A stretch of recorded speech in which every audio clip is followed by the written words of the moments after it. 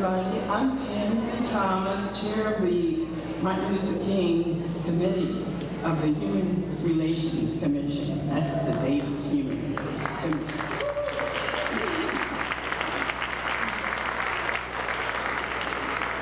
I want to welcome you to the 9th Annual Martin Luther King Day program.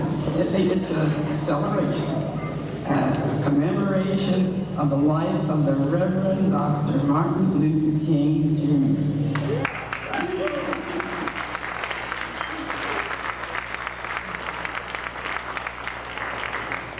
This event was accomplished by tremendous volunteer effort plus the city staff. I personally want to thank all of the participants in today's program and will be acknowledged later.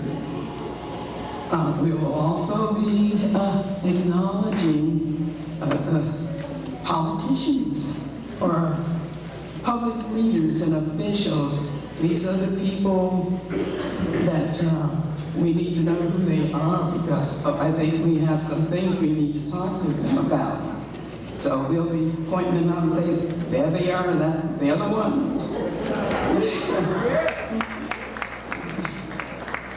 And this is a community event planned that way so that various members of the community, groups in the community can be acknowledged.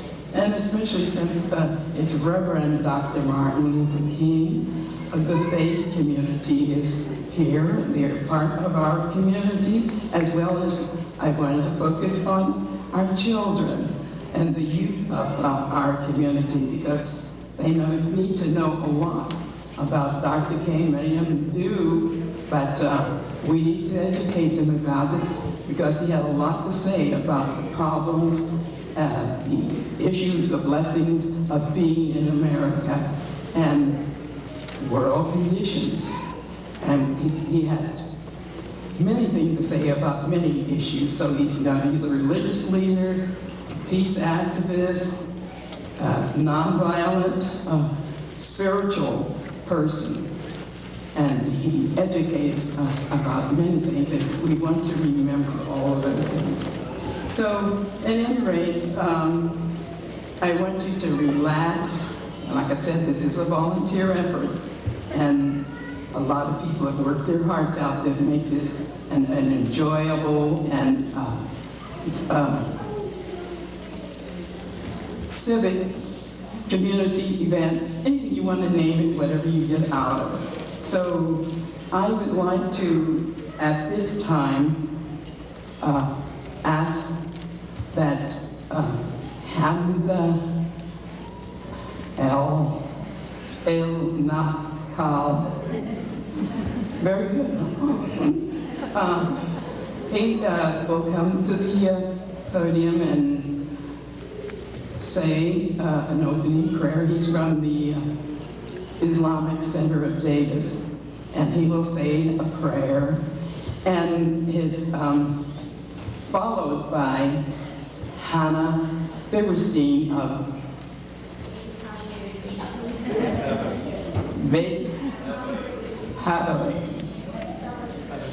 Jewish Fellowship of Davis, and a long-term and long-time Davis residents and good friends. So it's my pleasure to first have Hamza. I'll leave the last name alone.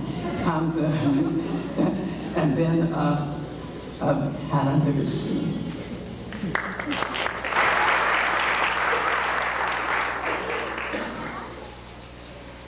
I greet you with the Islamic greeting. Assalamu alaikum wa rahmatullahi wa barakatuh. May peace, blessing, and mercy of God be with you. My name is Hamza, and I have been a resident of Davis since 1969. I'm now the newest member on the Human Relations Commission in Davis.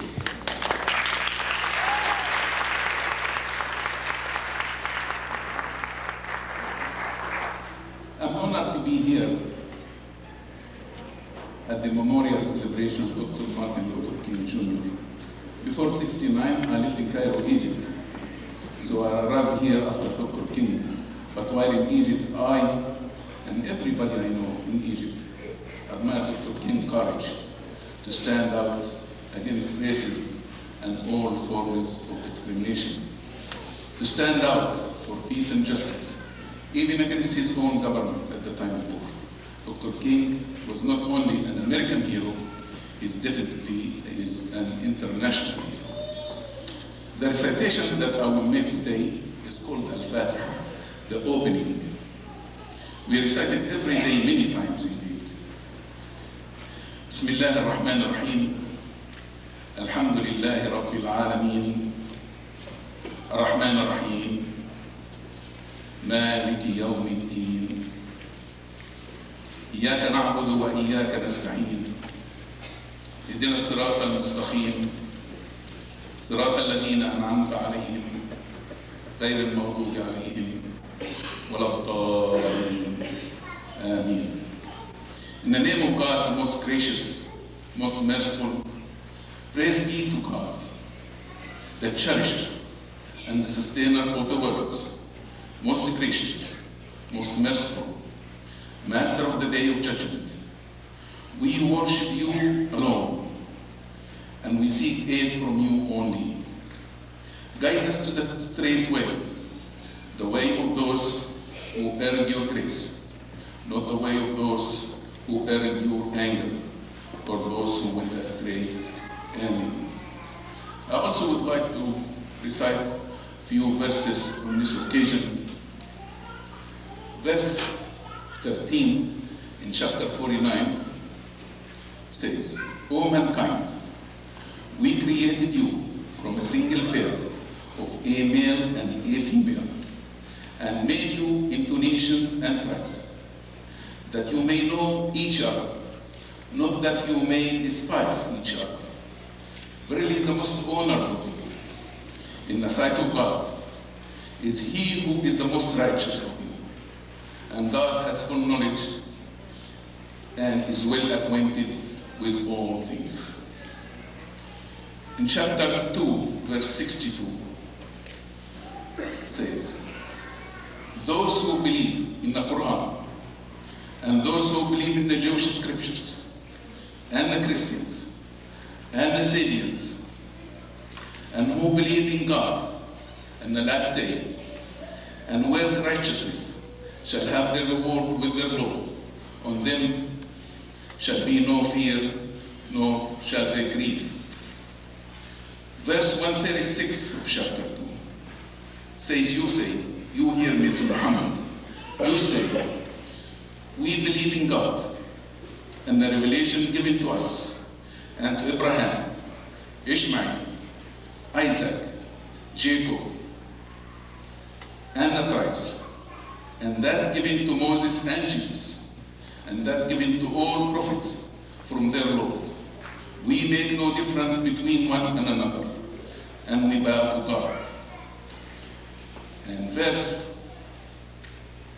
208 in chapter 2 says, O you who believe, enter into peace wholeheartedly, and do not follow the footsteps of the evil one, for he is to you an avowed enemy.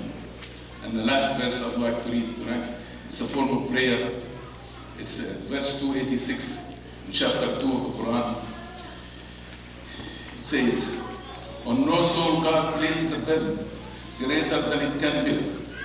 It gets every good that it earns, and it suffers every ill that it earns. Pray, our Lord, do not condemn us if we forget or fall into error. Our Lord, do not lay on us a burden like that which you laid on those before us. Our Lord, do not lay on us a burden greater than we have strength to bear. Blot our sins and grant us forgiveness. Have mercy on us. You are our protector. Amen.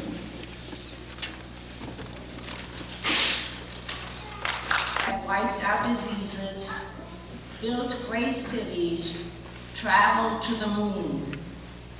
But if we cannot make peace, we may be once again sick, hungry wild creatures, if we survive at all.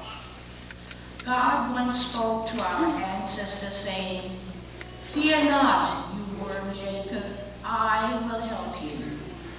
We too are worms and could become like worms, crawling on the earth, dying like worms. Peace is a new way of thinking, a new way of relating to other nations, new ways of behaving. We who are half worm and half angel, being human, must not cease our struggle to create peace. God, we pray to you to help us make this quantum leap into the next period of history, the period of human peace.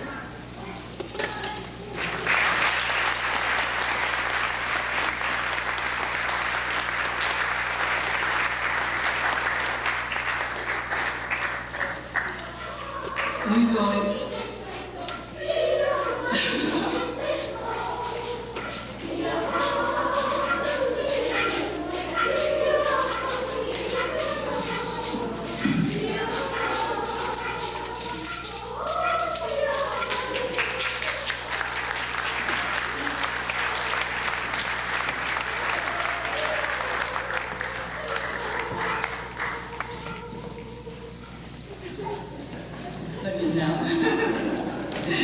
This is the Youth and Children's Choir, and it's a name they just acquired, I guess.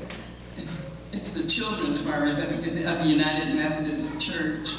And they will sing, what song? Sia Hamba. Sia Hamba. Go down Moses. Go down Moses. A Go Down Moses. All right. And I will.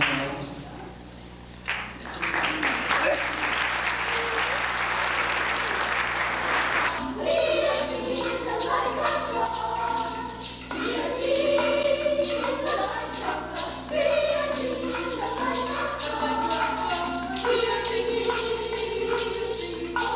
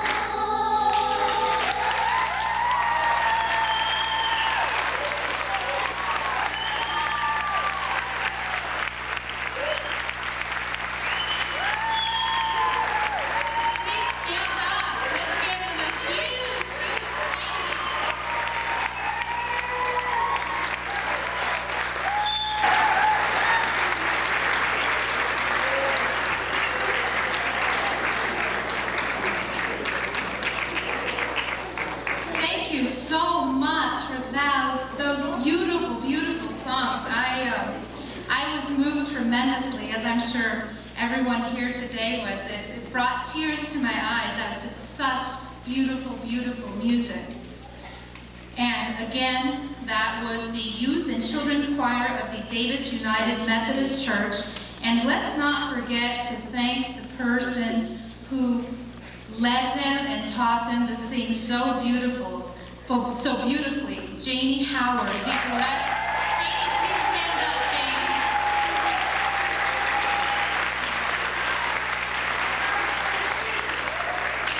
Thank you so much. That was a beautiful, beautiful presentation. I'm Cecilia Escamilla Greenwald, the chair of the Davis Human Relations Commission, and I want to thank you all for taking time from your day today to join us here at the Varsity Theater to celebrate the 9th annual Martin Luther King Day celebration. It was once said that you can measure a person's compassion, a person's ability to give to their community, a person's sincerity by the amount that they give to their community, what they do for their community I didn't know that this was going on right now. What they give to their community and the amount of work that they put in. So the list of people that I am going to thank and recognize today, it is a lengthy list, but as Tansy said at the beginning of the program, this program would not be made possible today if it wasn't for the hard work of a lot of people. We also want to recognize community leaders and elected officials who've done so much in and around Yolo County and Davis as a community. So bear with us. I know the list is long, but there's a lot of people to thank. And we cannot let this day go by without thanking the City of Davis Promotions Manager, Bob Bowen. He's the one making all of the sound, all of the lighting, look great, sound great. So Bob, wherever you are, if you could stand out here, thank you so much for all of your hard work. He's way back there. And Tansy, Katie Davido, if you could please bring those up here. Tansy, I just wanted to personally thank you for all of the hard work that you have put into making this year's event so special. Tansy, I cannot even begin to thank you. She's worked so hard, made many phone calls, been up late, up early in the morning, and I just want to personally thank her. And if you can please join me in thanking her.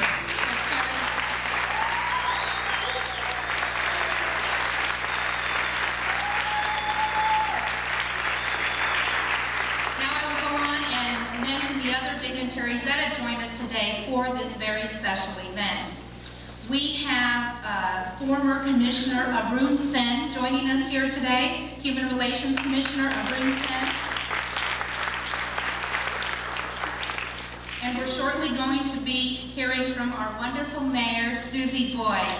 Thank you for joining us today, Susie. Mayor Pro Tem Ruth Asmussen was not able to be here today because she is attending a family wedding, and she sends her regrets, but she says she is with us in spirit. The other council members that I would like to stand up and thank you for joining us today, Council Member Sue Greenwald, Council Member Mike Harrington, Council Member Ted Quintillo, former City Council Member Jerry Kaneko, and former City Council Member Dave Goldstock. Thank you all so much for joining us here. We also want to recognize and thank the immediate past, the former mayor of Davis, Ken Wagstaff, with his wife, Ken, thank you so much for being here with us today. From our Board of Supervisors, we want to thank Supervisor David Rosenberg and Enrico Yamada from his office. Thank you, Enrico and Dave. Supervisor Helen Thompson could not be here today, but from her office is Beth Gabor, representing Yolo County Supervisor Helen Thompson. We also have, from the office of Assemblywoman Lois Volk, David Berg. Lois Volk's son is getting married today in Sillamar. Could not join us today. We also have Ellie Fairclough representing Congressman Mike Thompson. Thank you, Ellie, for joining us today. We know we're safe because we have Interim Davis Police Chief Steve Pierce here with us today. Thank you. And from the office of the Yolo County Sheriff's Department, here for Ed Prieto is Dave Heller. Thank you very much for being here. I don't know if you had an opportunity to look at those wonderful pictures that were done by the kindergarten class out in the lobby here, but if you haven't had an opportunity, please look at them when the program is over today. I want to thank the class of Senora Gutierrez and Senora Newton, the kindergarten class from Cesar Chavez Elementary. And if you haven't had an opportunity, there has been a lot of work and a lot of time put into the MLK display that's out there, and we have a lot of creativity here in our community. We want to thank Judy Hawk and Richard Hawk and their granddaughter Samantha Hawk, who is age 10. They've been working long and hard to make that presentation out there, and I want to thank them, and please take the time to stop and look at it. Thank you.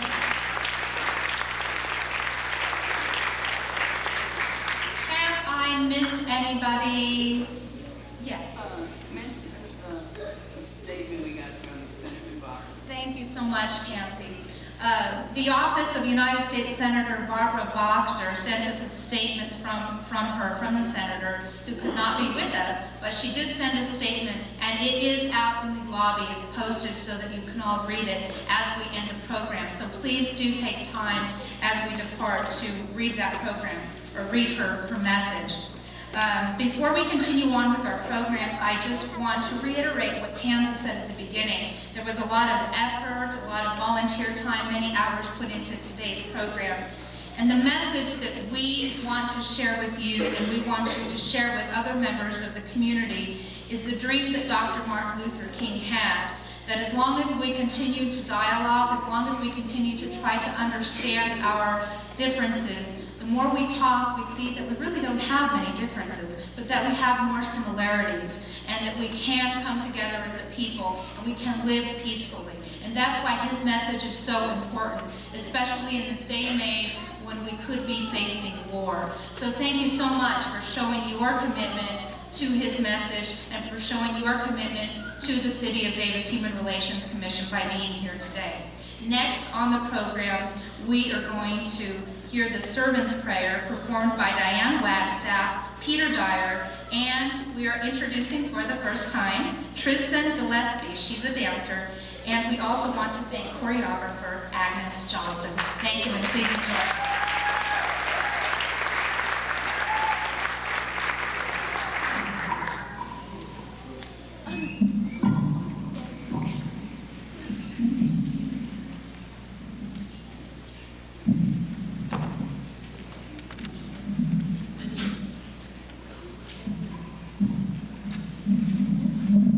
God, we come just to say thank you for you've been so good to us.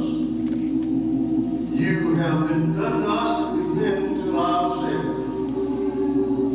For the thing that you told us to do, we left undone.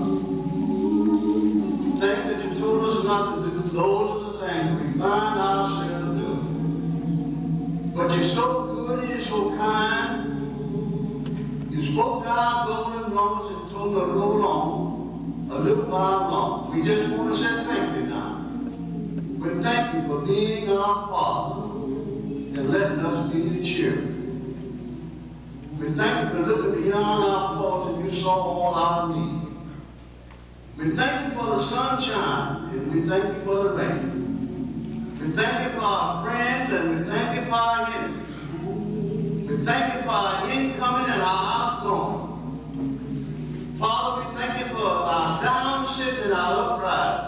We realize we have to have a little rain in our life to appreciate the sunshine. We thank you for our enemies because our enemies keep us on our knees. Sometime early in the morning, sometime at noon.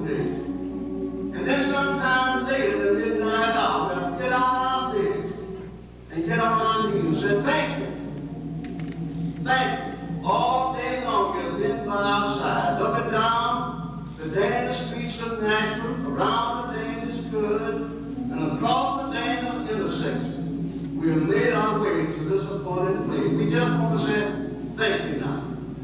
Now, Father, when we've gone the last mile of the way, when it's your time to call and our answer, give us a home in your kingdom where we can praise thee forevermore. This is your servant's prayer, along with the forgiveness of our sins. Amen.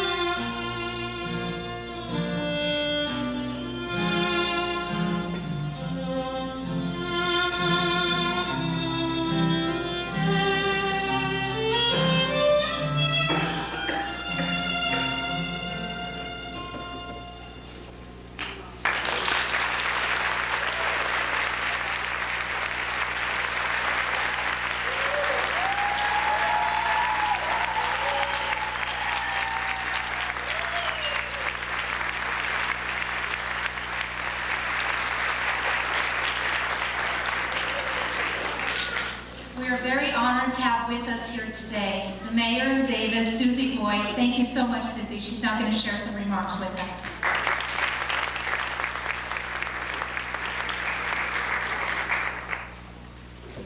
The words that I have to speak today seem rather impotent compared to what we've just experienced, this wonderful presentation.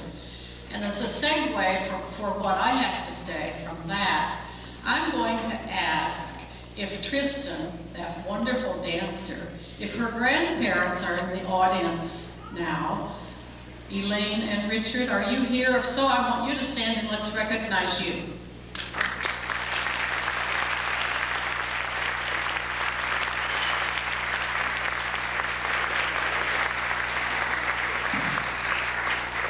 My new best friends. When we all came down for the picture for the Enterprise last week, I met Tristan and her grandparents, and they said, "We want you to come over for some gumbo tomorrow." And sure enough, the next night I found myself in their home enjoying a wonderful meal and wonderful fellowship with them.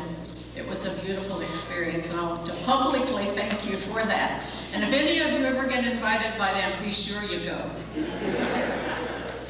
I've been told that I have just about 5 minutes, so what I have to say is rather brief, and because of that, I'm going to share my time with Yolo County Supervisor Rosenberg. Dave Rosenberg, would you come and join me for just a moment on the platform? Dave has just a couple of things to say.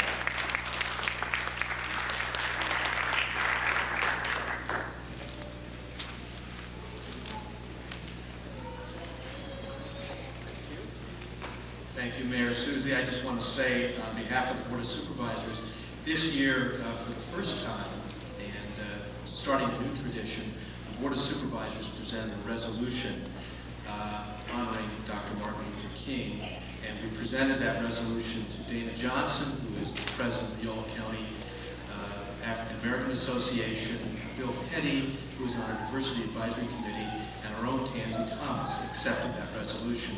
I'm not going to read the resolution because it's very lengthy. I will just say that what really struck me about the life of Martin Luther King Jr. is that we would be celebrating his 74th birthday today. But when he was taken away from us, he was only 39 years old. And what he accomplished in those 39 years is remarkable. Think back to when you were 39. So it was a wonderful, remarkable life, and we honor it today.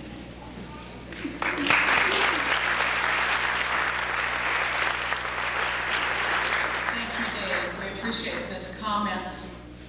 Well, it's been a long and windy, sometimes very steep and dusty road that's leading us toward the world which Martin Luther King Jr. envisioned. A world where civil rights and economic and social justice are taken for granted. We've come a long way, and we still have a long way to go. I was coming into the theater today. A young woman stopped me and said, "Will you be speaking today?" And I said, "Yes, I had a few remarks to make." She said, "I really want to tell you this. I want to tell you that I grew up in Davis, and in the 50s, Black people in this community still lived out by the dump and were not allowed to purchase a house in the city of Davis." Imagine that just 50 years ago. So I wanted to share that with you by way of saying how far we've come.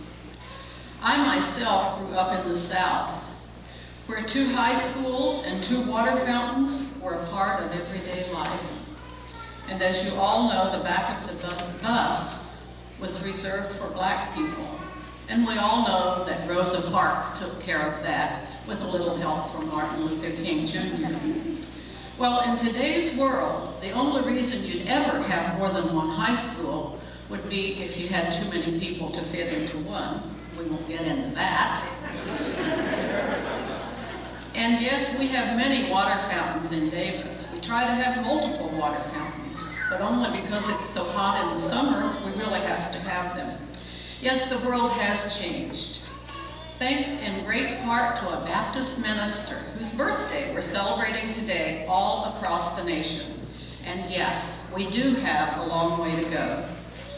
The battleground has shifted, and our civil rights are threatened in a new way as we confront our fears of terrorist acts. The vigilance of our nation as a result of 9/11 has now become a delicate balancing act. As citizens, we must be ever vigilant of the policies of our own government and assure that as we put in place the necessary protections from international terrorism, that we continue to protect and uphold the rights of all people. As we celebrate the life of Martin Luther King Jr., I can't help but wonder, how would he respond to the Patriot Act? His dream was for a nation of equality and kindness, and I believe today he would dream for a world much the same. It's our responsibility now to use his drive and ideals to continue on this road to protect the rights of all while preserving our own safety. The road was difficult for him. It will be difficult for us. Only by aspiring to the goals of individuals like him will we have an opportunity to succeed. Thank you.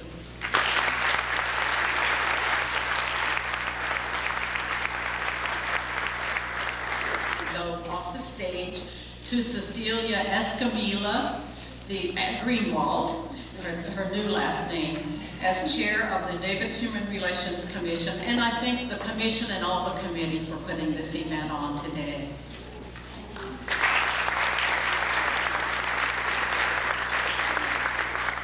Thank you so much for those remarks. And to Supervisor Dave Rosenberg, thank you for your remarks too, and thank you for joining us today. Have you all enjoyed the wonderful performances that we've had thus far? And isn't it incredible how talented the children are? Let's Let's give them a huge round of applause. There's somebody that I want to recognize who's worked very hard on behalf of the subcommittee, the Martin Luther King Day Planning Subcommittee. She's doing all the background work to making sure everything flows smoothly. And I want to recognize her. Agnes Johnson, do you mind coming out here for just a moment, Agnes?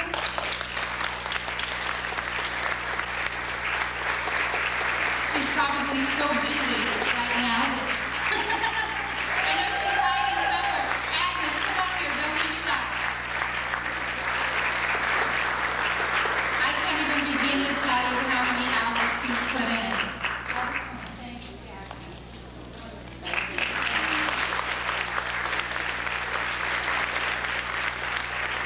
We've also recently been joined by Adrienne Monroe she's a district representative from the office of Senator Mike Machado.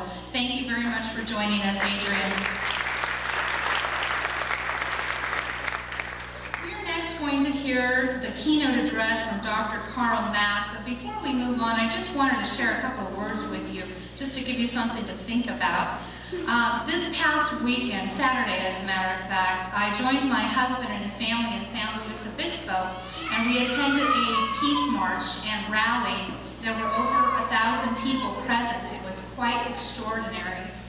And I come from a huge family where it's like, 29 nieces and nephews, and the youngest of 8 children, 4 great nieces and 4 great nephews. So I love watching children. It's very unique and fascinating to just observe them and how they interact. And nearby there was a playground, and I was watching the children, and it was neat how there'd be some children playing, and there was another child that came up and would say, "Can I play with you?" And their parents were right there, and they'd start playing together, get on the slides and play and talk. And I noticed that the kids, it was a very diverse group of kids. They didn't start judging each other based on the color of their skin. They didn't care. You're a kid, I'm a kid, we both like to play, let's enjoy each other's company. It was very simple. And in watching them, I thought to myself, why is it that we as adults sometimes, that adults tend to judge each other based on color of skin? And I think that's one of the messages that Dr. Martin Luther King Jr. wanted us to focus on, is let's join together, let's converse with each other, let's work together to make our community better. And I just want to encourage you all to observe children, because we can learn so much from them. And I think that today is an example. We have seen so many children today who are very talented, and they have shown great leadership. So tomorrow, or the future, looks very promising. So thank you very much, and we will next hear from our keynote speaker, Dr. Carl Mack. Please join us. Thank you. Good afternoon. Feels like I'm in church, but before I begin, I would like to ask if Dick Holstock, Terry Turner, John Pamperin, and Marilyn Malone, if you are here, would you stand, please?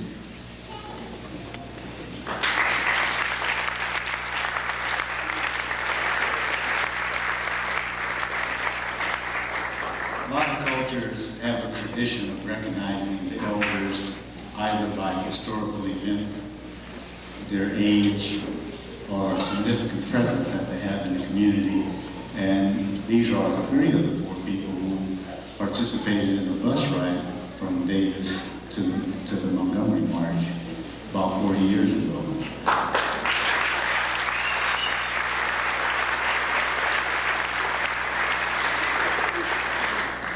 So the memory of Dr. King in a more direct way is present in our own community. And I'd like to thank Cecilia as the chair of the Human Relations Commission, through Tansy Thomas, chair of the Martin Luther King Planning Committee, for inviting me to be the keynote speaker. And the theme about children, making the connection between children and creating a world for children by an understanding of Martin Luther King's life is significant to me, because I just retired from being 22 years as a school superintendent. I have an old story that I usually tell, and that is, while a member of the faculty at UC Davis, I was presented the opportunity to take a 2-year sabbatical.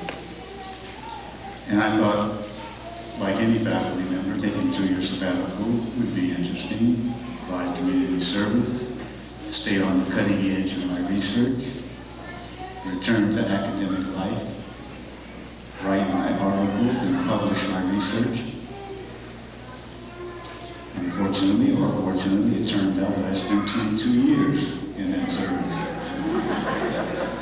So if you see me walking around Davis during the day, it's an unusual experience for me to be in my own community where I live, walking around before noontime, visiting various spots of interest in the city in which I've lived since the mid-70s. I also recognize now that as I take up this new role of being retired, that there are a lot of people who are younger than myself. And in that interest, I'm motivated to give a brief kaleidoscope of some of the things that happened in Reverend Martin Luther King Jr.'s life. Because I recognize that some people were not alive during certain parts of his life. They weren't born then. So in 1929, on January 15th, Dr. King was born. In 1948, he received his BA in sociology from Morehouse College. Interesting fact, he actually passed the entrance exam before he graduated from high school at 15. In 1948, while enrolled in Crozer Theological Seminary, he heard Drs. Musti and Johnson preach on the life and teachings of Mahatma Gandhi, and thus began his serious study of Gandhi's life and techniques of nonviolence. In 1951, he received his Bachelor's of Divinity from that seminary. In 1953, he married Coretta Scott. In 1955, he became president of the Montgomery Improvement Association and thus began the Montgomery Bus Park. In 1957, participated in the founding of the Southern Christian Leadership Council. In 1959, he and his wife spent a month in India as a guest of Prime Minister Nehru to study Gandhi's techniques. In 1960, he moved his family to Atlanta to spend more time with SCLC activities. In 1961, the Albany movement was occurring to desegregate public facilities. In 1962, the Birmingham protests. 1963, March on Washington and the I Have a Dream speech. 1964, demonstrations for integration of public facilities in St. Augustine, Florida. 1964, he received the Nobel Peace Prize. 1965, the Selma to Montgomery March. 1966, Chicago Drive for Housing, particularly troublesome time. 1967, Poor People's Campaign. 1968, the sanitation workers' strike. And in that context, he was assassinated. April 4th of 1968. When I was preparing my remarks, I felt very troubled by a lot of my own emotional impact of returning to my own personal experience of Dr. Martin Luther King Jr. During certain periods of time in the struggle, I was in the military, happened to be stationed at Fort Benning, Georgia. So I was close to several cities in which he led activities and marches. And then I returned, my first day of returning to Berkeley, People's Republic of Berkeley, as I gillingly refer to it. On my first day in 65, I walked about 3 or 4 blocks to an infamous intersection of Adeline, Alcatraz, and Martin Luther King Jr. Way, which at that time was Grove Street. And there were about 3,000 people marching from the campus, UC Berkeley's campus, to the draft board in Oakland. And they were met at that Oakland-Berkeley line by 250 sheriff officers and Oakland police officers. The Blue Meanies, we call them at the time, among other words. And so that was my introduction and return to civilian life after spending a few years in the military. So with all of that, I bring to you this experience of speaking to you about Martin Luther King. I didn't even mention the war in Vietnam, which he took a position which people consider controversial. A difficult decision that he had to make, but he made it nevertheless. But people thought and advised him not to take a position like that. So what I'd like to do is emphasize a part of you that I think will apply to our struggles today, that we can learn from the life of Dr. King. Keeping the dream alive, creating a world of peace for our children. This theme of teaching and serving the children is so much related to my sense of Dr. Reverend Martin Luther King Jr., because I see him as a role model for political and spiritual struggle.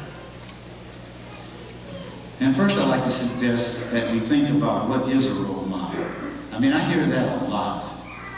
And I used to be an athlete. I tried. And I always see them, because they get so much play on television, about being role models. And I think they are, as extraordinarily gifted, talented athletes, but not necessarily as extraordinarily gifted models for citizenship. So for me, there are several tenets that I think suggest what a role model might be, particularly because it serves as a way for them to provide inspiration and a blueprint for how they might take up a leadership role. One of them is telling the truth. And of course, Reverend King definitely told the truth. It was difficult at times for him to tell the truth. I can just imagine him looking into the eyes of the people in the various communities that he found himself in, suggesting on what political strategy one should take and still hold on to one's integrity and virtue. And looking into their eyes, knowing that the particular code and political strategy had chosen of nonviolence, they might be violently attacked. I think that was difficult, but I think the edge of it was taken by him actually telling the truth. He also was self-mastered. And for the part of the self-mastery, I think he always told the truth to himself first. And then from that told the truth to those that he led. You could see that because of the third criteria for a role model would be to be courteous and considerate to those that they lead, that leaders actually provide leadership to. He had to be, because if you remember, he attracted such brilliant young people around him. At the time, Andrew Young, John Lewis, Ralph Abernathy, Jesse Jackson. If you think about it, those were incredible minds to have around and participate in the Southern Christian Leadership Council. Being just, being a just person, having respect for the tradition of one's home, one's history, and one's spiritual connection. Trying to make the correct choices and having concern for the people that you work with. And of course, the most difficult one is building for eternity. We certainly can say that through his actions, through his leadership.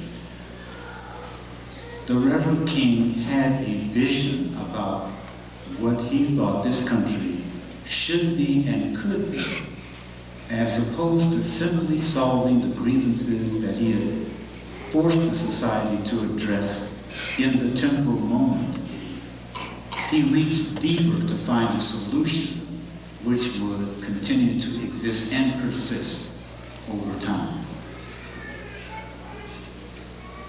So I think when we think of role models, we have to use our criteria, at least surface in our minds and consciousness of criteria that we're using to in fact define what a role model is to us. And for me, Dr. King is definitely a role model when it comes to thinking about and having a blueprint to create a just and peaceful society for our children. Because we still have lots of questions that we could ask. For example, in the continuing poor academic performance of lots of poor children and children of color, where is our sense of building a community? A community that actually creates an educational process that attends to the needs of all of its children, bringing into balance our individual needs to be right and empowered for the good of the whole community. In the aftermath of 9/11, and in the midst of preparing for a war, we might ask, where is Osama bin Laden? And what use is it to place a new person on the wanted, dead or alive list? In the midst of our state deficit, where is our memory of all other previous deficits and what we might have learned to guide us through this one?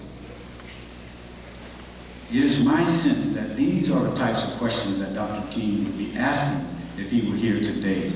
And he would still provide us with leadership and comments on the relationship of races, economics, and the military as the means to continue oppression, control, and exploitation of people both in America and in the world.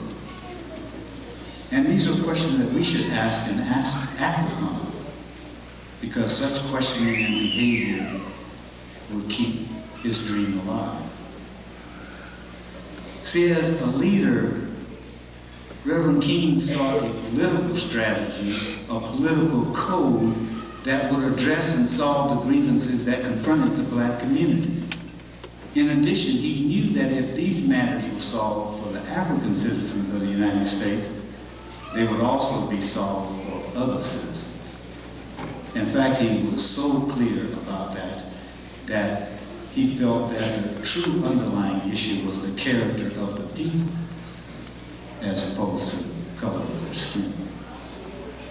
However, Dr. King had some additional concerns, and one of them was that he did not want the political process to terrorize our lives. That is, he did not want the tyranny of political struggle to constrict or diminish our lives, nor our ability to create and build community. He knew that political grievances were and continue to be the context in which we might exhibit our integrity and our virtue. And he knew that these grievances and the struggle to resolve them are always temporal, always transitory events.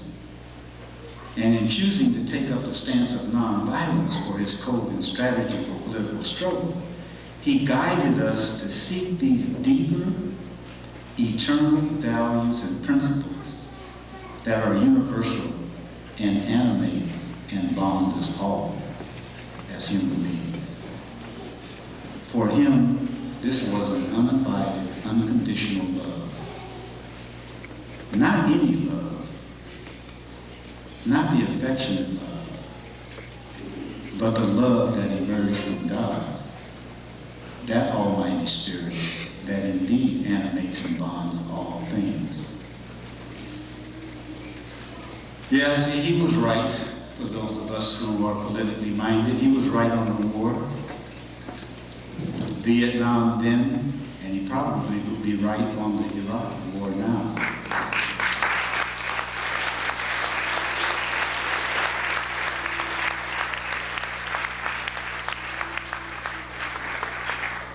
was right on the matter of individual institutional racism, but he wasn't terrorized by it. He said, let us struggle as we see the character in ourselves to see the character in other people.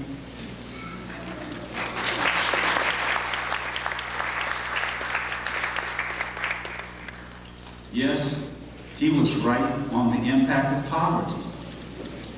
Just take a look at the communities that he entered in to provide leadership and struggle for. He was right that everyone should be able to earn a livable wage, live in a decent house,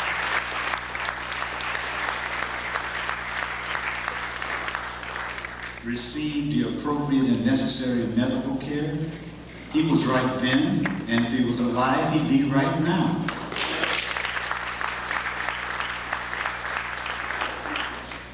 And yes, he was right on the role of peace. He was not naive about the fact that there's violence not only in our personal lives, in our group, family, and societal lives, but he understood that peace was a critical and important place not only to be in our minds, but to use that to help create peace in our lives and other people's lives. And he was right on his selection of nonviolence.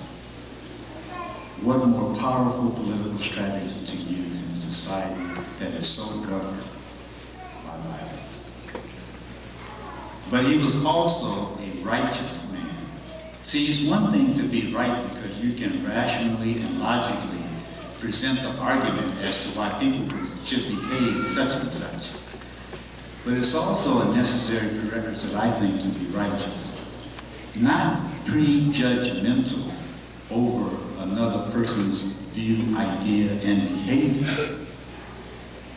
But he was righteous because he took a position that could only come after making the decision that he would serve just one master in his life, and that is God.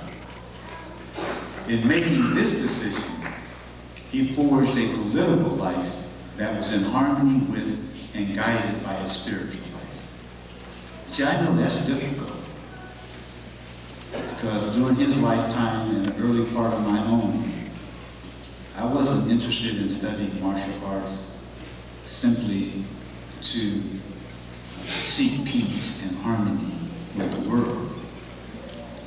I was more thinking of how to provide injury and to defend myself.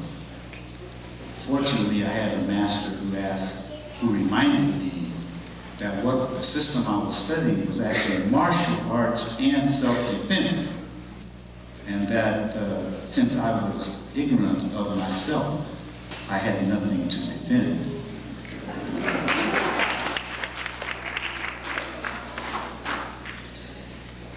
Dr. King also, as a role model, provided a sense of history, a sense of family, and a sense of God.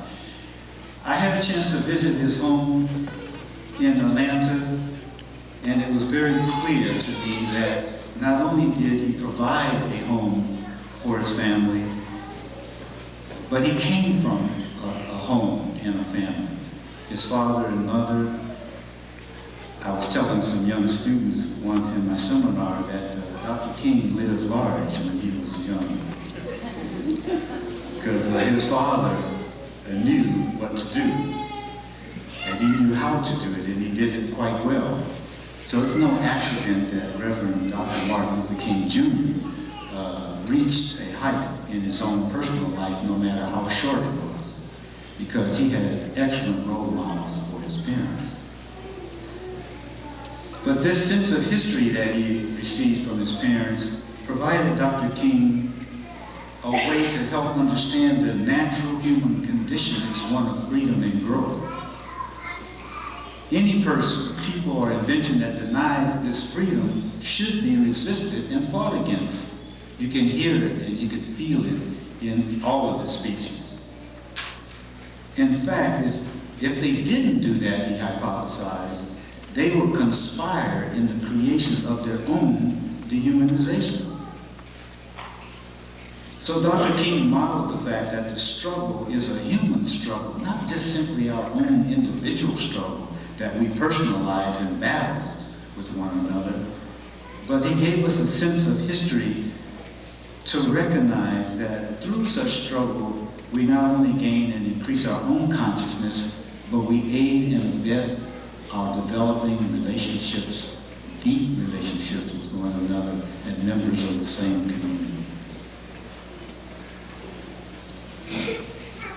But more importantly, I think for me, and I guess I'm doing this as I get older, I think Reverend King modeled for me the importance of having a relationship with God.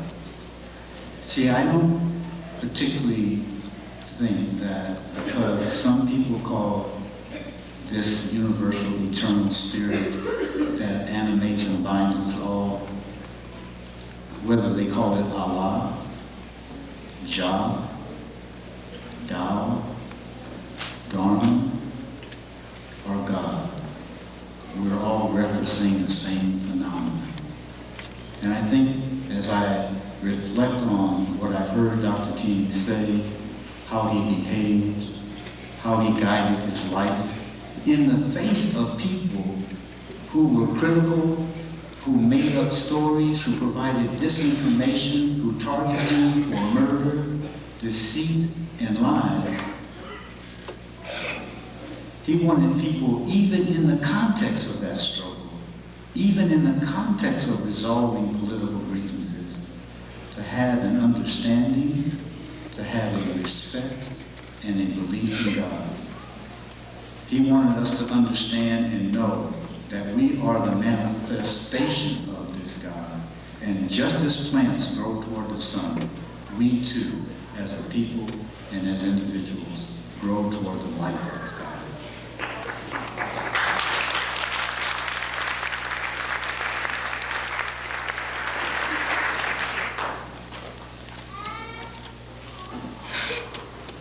So in closing, I think that Dr. King inspires us. He inspires me to bring every bit of myself, my full capacity, to any struggle that I commit myself to.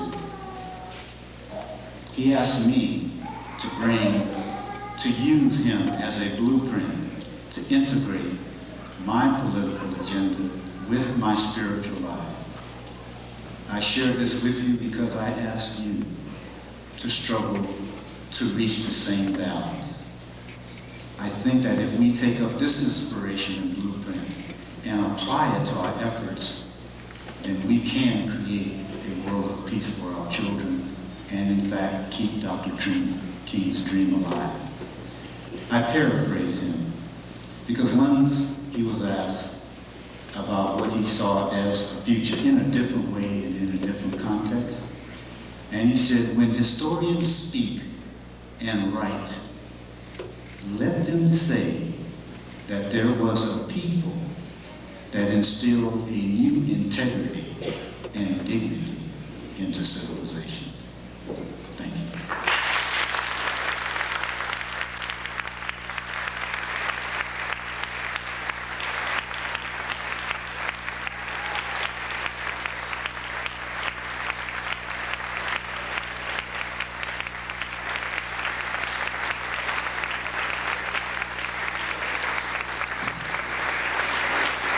Dr. Carl Mack, thank you so much for sharing those words with us.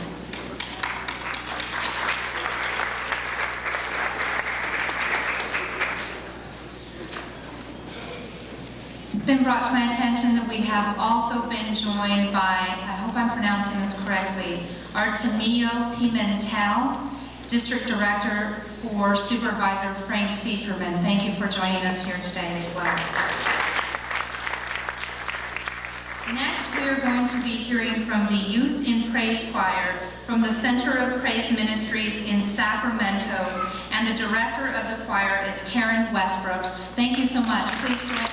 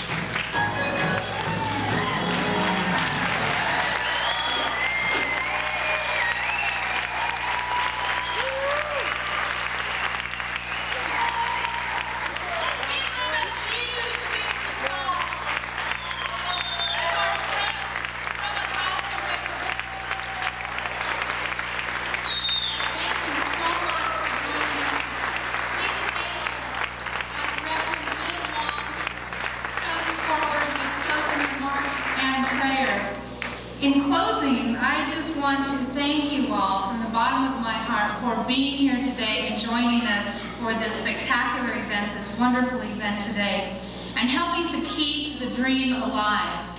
As you noticed, we had a lot of presentations today by teenagers and youth members, and I say to all of you and to the young choir members that sang earlier from the Youth and Children's Choir of the Davis United Methodist Church, you are leaders.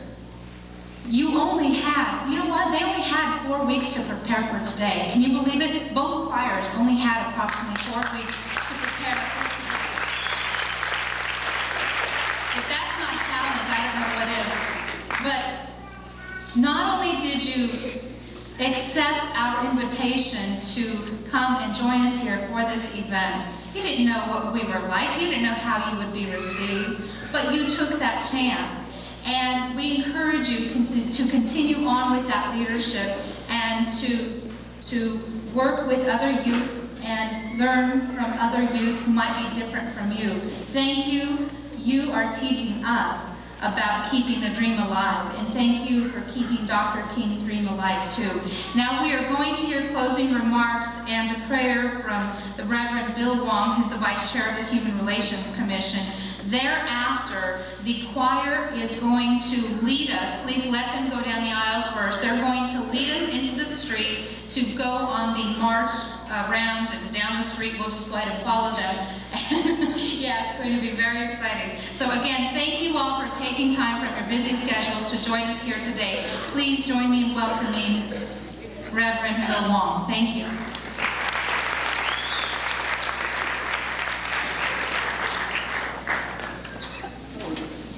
There's a lot of energy that these children, our young people, provide for us. And it's always exciting also to watch the choir directors. I don't know if you have a chance to watch the choir directors, but they're always full of energy. And one of the things that I know that as we live life, life has a way of wearing us down. If you work for peace, that's hard work. If you're working for justice, wow, that really burns a lot of energy. If you really want to love other people, especially people who aren't thrilled about you, you know how hard that is? It's not easy to love everyone around you, but yet, isn't that the message that Dr. Martin Luther King Jr.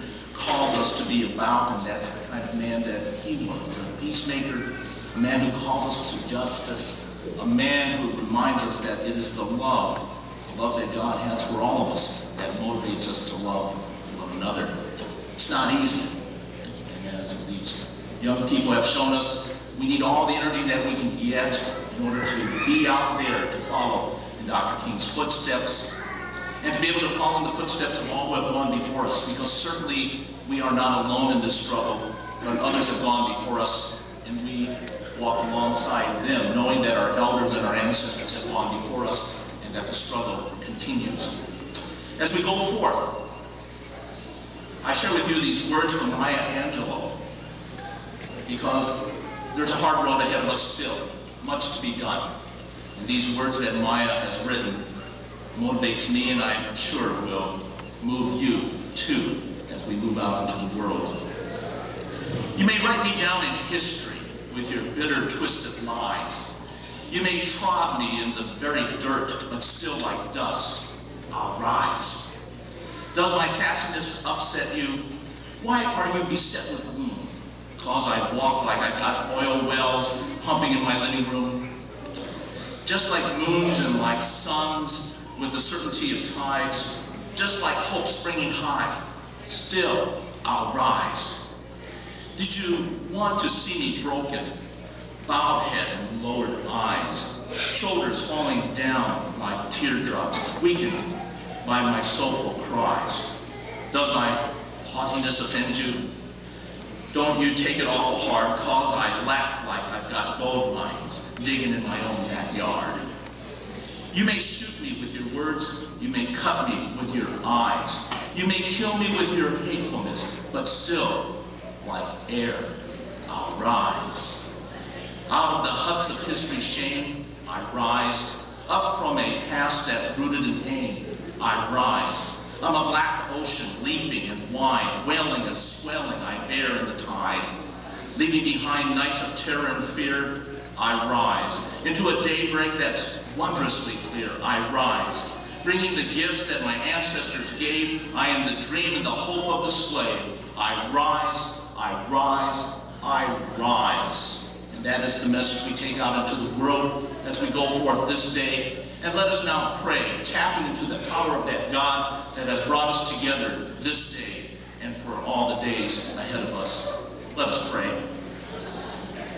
Thank you, O gracious God, for all who have gone before us, and especially for Martin Luther King Jr. Help us to embrace Martin Luther King Jr.'s vision of a world where we can all live together. Fire our hearts for the struggles ahead. Help us always to rise to the challenges that we face. Energize us as we go into the world. Bless our efforts for peace, justice, and equality, and love for all people. Fire us, rise us, help us, knowing that we are never alone in the struggle, that we have all one another, that we have each other, and we have you. For you have promised that we will never be alone, but that we will always be together with you as we go forth into the world that you call us to be a part of. All this we pray in your most precious name. Amen. And let us now follow the children as we go forth into the world and to continue the struggle that has been laid before us.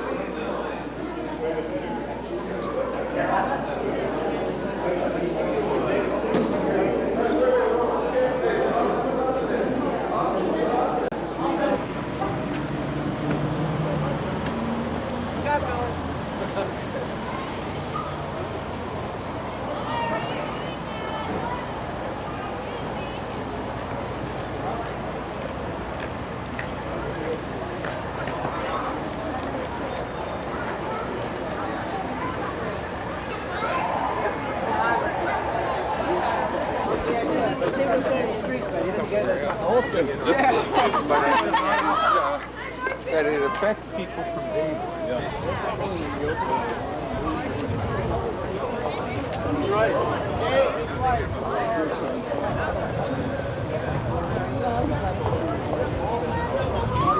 Grandpa? Oh, yeah, 7 times. Oh my God.